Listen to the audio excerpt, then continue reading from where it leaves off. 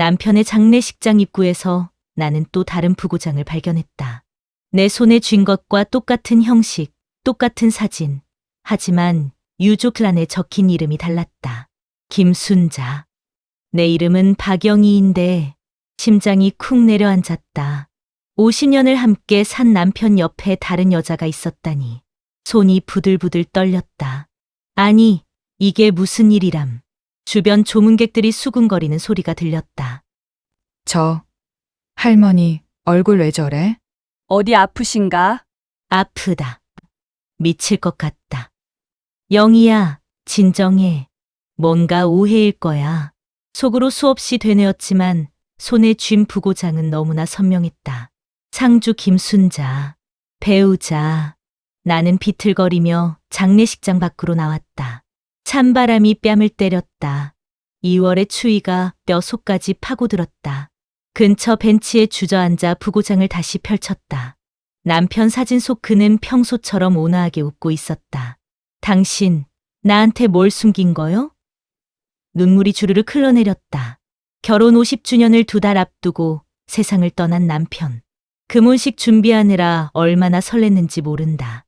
손주들 모아놓고 잔치하려 했는데 그런데 이게 뭐람. 핸드폰이 울렸다. 큰아들이었다. 엄마, 어디 계세요? 다들 찾는다니까요. 나는 떨리는 목소리로 대답했다. 조금만 있다 갈게. 전화를 끊고 다시 부고장을 들여다봤다. 주소가 적혀 있었다. 서울 마포구. 우리 집에서 지하철로 1시간 거리. 50년 동안 남편은 무슨 핑계로 그곳을 오갔을까. 장례식장으로 돌아가는 발걸음이 천근만근이었다. 상주석에 앉아있는 아들 둘이 보였다. 저 아이들은 알고 있을까? 아니면 나처럼 아무것도 모르고 있을까? 물어봐야 하나, 말아야 하나. 머릿속이 복잡했다. 조문객 한 분이 내게 다가왔다. 남편 회사 동료였던 분이었다. 사모님, 고인께서 정말 좋은 분이셨습니다. 항상 가족 이야기만 하셨어요. 가족 이야기. 어느 가족 말인가요? 속으로 비명을 질렀지만 겉으로는 고개만 끄덕였다. 고맙습니다. 조문객이 떠나고 나는 빈 복도로 나왔다. 화장실 거울 앞에 섰다. 75살 할머니의 얼굴이 나를 바라봤다. 주름 가득한 얼굴, 백발이 성성한 머리. 나는 뭐였을까? 진짜 아내였을까? 아니면 그저 한쪽이었을까?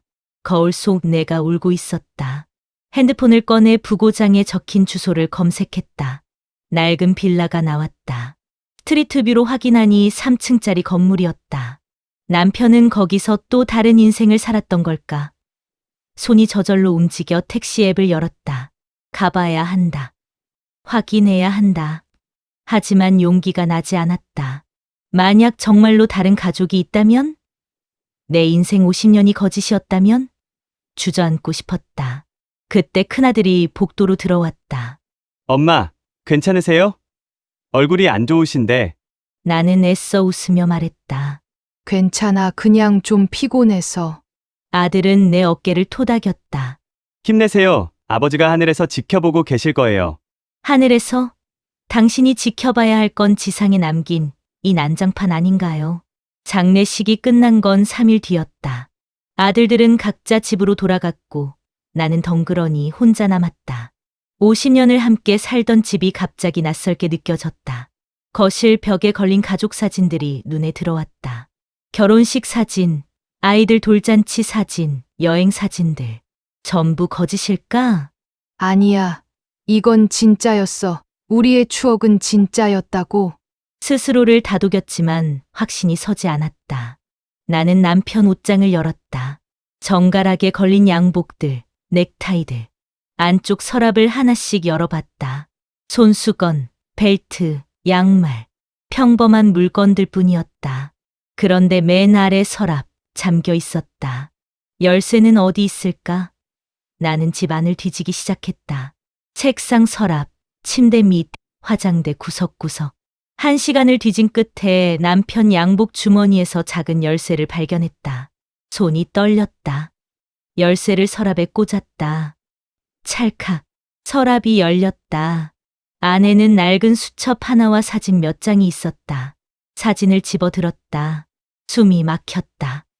남편이 낯선 여자와 함께 웃고 있었다. 젊은 시절 사진이었다. 26쯤 돼 보이는 남편과 20 초반으로 보이는 예쁜 여자. 뒤에 적힌 글씨. 순자와 함께 1972년. 1972년이면 나와 결혼하기 2년 전이었다. 옛날 여자친구겠지. 그럴 수 있어. 애써 마음을 진정시켰다. 하지만 다음 사진을 보는 순간 다리에 힘이 풀렸다. 남편이 아기를 안고 있었다. 옆에 그 여자가 서 있었다. 1975년이라고 적혀 있었다. 우리 결혼이 1974년인데 바닥에 주저앉았다. 사진이 손에서 떨어졌다. 1975년 우리 큰아들이 태어난 해였다. 남편은 그때 다른 여자와 아이를 가졌단 말인가? 수첩을 펼쳤다. 빼곡한 글씨로 날짜와 금액이 적혀 있었다. 3월 15일 생활비 50만 원. 5월 3일 병원비 80만 원. 7월 20일 학원비 30만 원. 최근 것까지 작년 12월까지 기록이 이어졌다.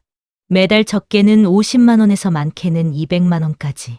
계산해보니 수억은 됐다. 이 돈이 전부 그 여자한테 간 거야? 온몸이 부들부들 떨렸다. 나는 그동안 허리띠 졸라매며 살았다. 아이들 대학 보내느라, 집 장만하느라 한 푼이 아까워 재래시장만 다녔다. 옷 한 벌 새로 사는 게 사치였다. 그런데 남편은 다른 곳에 수억을 쓰고 있었다니. 당신 미친 거 아니오? 빈 방에 대고 소리쳤다. 목이 쉬도록 울었다. 핸드폰이 울렸다. 둘째 아들이었다.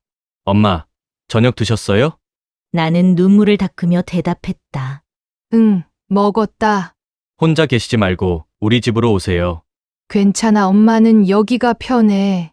전화를 끊고 다시 사진을 들여다봤다. 그 여자 김순자는 어떤 사람일까? 남편을 어떻게 만났을까? 혹시 남편이 더 사랑한 건 그 여자였을까? 아니야, 나도 사랑받았어. 50년을 함께 살았잖아. 하지만 확신할 수 없었다. 부고장에 적힌 주소를 다시 봤다. 가봐야 한다. 직접 만나봐야 한다. 그래야 이 지옥 같은 궁금증에서 벗어날 수 있을 것 같았다. 다음 날 아침, 나는 그 집으로 향했다. 지하철을 타고 마포구까지 갔다. 낡은 빌라 앞에 섰다. 3층 건물, 페인트가 벗겨진 외벽. 이곳에서 남편의 또 다른 인생이 펼쳐졌다니. 초인종을 누를 용기가 나지 않았다. 1시간을 밖에서 서성였다. 그때 현관문이 열렸다. 70 초반으로 보이는 여자가 나왔다. 사진 속 그 여자, 김순자였다. 나이는 들었지만 여전히 단정한 모습이었다. 우리 눈이 마주쳤다. 그녀가 먼저 입을 열었다. 박영희 씨, 나는 깜짝 놀랐다. 어떻게 내 이름을? 사진으로 봤어요. 영수 씨가 보여줬거든요. 영수. 남편 이름이었다. 그녀는 남편을 이름으로 불렀다. 나는 50년 동안 여보라고 불렀는데 들어오시겠어요? 그녀가 조심스럽게 물었다. 나는 고개를 끄덕였다. 집 안은 소박했다. 작은 거실, 낡은 가구들. 하지만 깨끗하게 정돈돼 있었다. 벽에 걸린 사진이 눈에 들어왔다. 남편과 그녀, 그리고 성인이 된 딸로 보이는 여자. 3명이 웃고 있었다. 앉으세요. 그녀가 차를 내왔다. 나는 떨리는 손으로 찻잔을 받았다. 한동안 아무 말도 하지 못했다. 그녀가 먼저 말을 꺼냈다. 미안해요. 정말 미안해요. 목소리가 떨렸다. 50년 동안 당신 인생을 망친 것 같아서. 나는 쓴웃음을 지었다. 내 인생을 망친 건 당신이 아니라 우리 남편이요. 영수 씨는 좋은 사람이었어요. 내 남편이기도 했소. 침묵이 흘렀다. 그녀가 천천히 이야기를 시작했다. 1971년에 만났어요. 나는 식당 종업원이었고 영수 씨는 단골 손님이었죠. 사랑에 빠졌어요. 결혼하자고 했어요. 나는 주먹을 불끈 쥐었다. 그런데 영수 씨 집안에서 반대했어요. 내가 가난하다고, 학력이 낮다고. 결국 영수 씨는 집안이 정해준 사람과 결혼했죠. 바로 당신이었어요. 심장이 쿵쾅거렸다. 하지만 우리는 헤어지지 못했어요. 사랑했거든요. 딸이 생겼어요. 영수 씨는 두 가정을 책임지겠다고 했어요. 그녀의 눈에 눈물이 고였다. 미안해요. 나도 잘못했어요. 하지만 사랑했어요. 50년 내내. 나는 찻잔을 내려놓았다. 당신은 행복했소? 그녀가 고개를 저었다. 아니요. 명절마다, 크리스마스마다 혼자였어요. 딸 생일에도 영수 씨는 당신 집에 있었죠. 나는 늘 두 번째였어요. 그녀도 울고 있었다. 이상하게도 분노보다 슬픔이 밀려왔다. 우리 둘 다 남편에게 속았다. 아니, 스스로를 속이며 살았는지도 모른다. 딸은 알아요? 아버지한테 다른 가족이 있다는 걸? 알아요. 20살 때 말해줬어요. 한동안 아버지를 미워했죠. 나는 한숨을 쉬었다. 우리 아들들은 모를까? 알면 얼마나 충격받을까? 당신 아드님들은 모르는 것 같던데요. 그녀가 조심스럽게 말했다. 영수 씨가 철저히 숨겼거든요. 남편의 얼굴이 떠올랐다. 성실하고 착한 남편. 아이들에게 좋은 아버지. 하지만 그 모든 게 반쪽짜리였다. 나는 자리에서 일어났다. 집으로 돌아오는 길, 머릿속이 하얗게 비었다. 현관문을 열고 들어섰다. 남편 냄새가 아직 남아있는 집. 나는 거실 소파에 앉아 천장을 바라봤다. 50년이 뭐였을까? 아침마다 차려준 밥상, 와이셔츠에 다려준 다림질, 아플 때 간호한 밤들. 그게 전부 밥만 받은 사랑이었을까? 핸드폰이 울렸다. 큰아들이었다. 엄마, 아버지 보험금 정리해야 하는데 서류 좀 찾아주실 수 있어요? 응. 그리고 아버지 통장 정리하다가 이상한 게 있어요. 매달 큰 돈이 빠져나갔던데 뭔지 아세요? 순간 숨이 막혔다. 엄마, 모르겠다. 나중에 얘기하자. 전화를 끊었다. 아들들이 알게 되는 건 시간 문제였다. 어떻게 말해줘야 할까? 아버지한테 다른 가족이 있었다고. 아이들이 받을 충격을 생각하니 가슴이 찢어질 것 같았다. 하지만 숨길 수도 없었다. 진실은 언젠가 드러나게 돼 있다. 나는 남편 영정 사진을 꺼냈다. 온화하게 웃고 있는 얼굴. 당신, 비겁한 사람이었어. 나직이 중얼거렸다. 살아있을 때 말했어야지 나한테, 아이들한테. 왜 혼자 짐을 지고 갔어? 왜 우리한테 선택권도 안 줬어? 눈물이 또 흘렀다. 하지만 이번엔 분노도 함께 끌어올랐다. 슬프기만 한 게 아니었다. 화가 났다. 내 인생을, 내 시간을, 내 사랑을 반만 받았다는 게 그렇게 밤새 울었다. 일주일 뒤 나는 아들들을 불렀다. 거실 탁자에 사진과 수첩을 올려놓았다.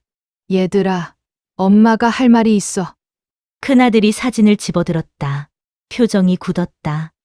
이게 뭐예요? 너희 아버지한테 다른 가족이 있었어. 둘째가 벌떡 일어났다. 말도 안 돼요. 아버지가 그럴 리 없어요. 엄마도 믿고 싶지 않았어. 하지만 사실이야. 나는 모든 걸 털어놓았다. 부고장, 김순자, 딸, 50년간 보낸 돈. 아들들은 멍하니 앉아 있었다. 큰아들이 사진을 구겨버렸다. 아버지가 어떻게... 둘째는 울고 있었다. 우리는 뭐예요? 가짜 가족이었어요? 나는 아들의 손을 잡았다. 아니야, 우리는 진짜였어. 아버지가 너희를 사랑한 건 진짜였어. 그럼 저 사람들은 뭔데요? 그것도 진짜였나 봐. 쓰라린 진실이었다. 사랑은 하나만 진짜일 필요는 없다. 남편은 두 가족을 모두 사랑했을 것이다. 비겁하게도. 이제 어떡하죠? 큰아들이 물었다. 나는 한참을 생각하다 말했다. 용서는 못하겠어. 하지만 살아야지. 우리 인생은 계속되니까. 남편은 떠났지만 우리는 남았다. 배신감과 분노 속에서도 나는 살아야 했다. 아들들과 손주들과 함께 창밖으로 봄이 오고 있었다. 매화꽃이 피기 시작했다. 50년 만에 처음으로 나는 내 인생을 살아보려 한다. 남편의 아내가 아닌 박영희로.